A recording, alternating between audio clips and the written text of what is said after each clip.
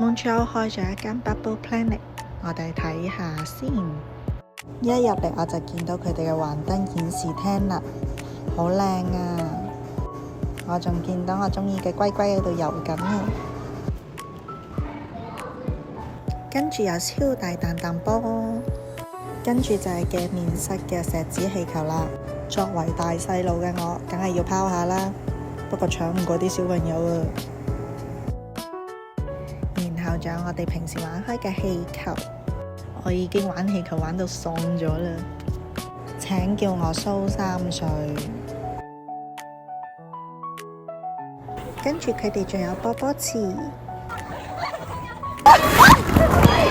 我好艱難先可以爬返起身啊！呢度真係充滿咗我哋嘅童年回憶。我哋喺波波池係玩得最耐嘅，冇計啦，鬼叫我哋充滿童心味。跟住就到咗幻影球啦，我哋仲入咗幻影球裏面瞓低睇幻影展燈，都幾 relax 㗎。最後一個展示嘅就係千燈隧道啦，好適合影相，個氛圍都唔錯。結束之前仲有做泡泡機同埋場景影相 ，VR 就要額外收費啦。Montreal 嘅 Bubble Planet 大概就係咁多嘢啦。咁佢嘅收費就係稅後44.9蚊一個人，你會唔會嚟睇呢？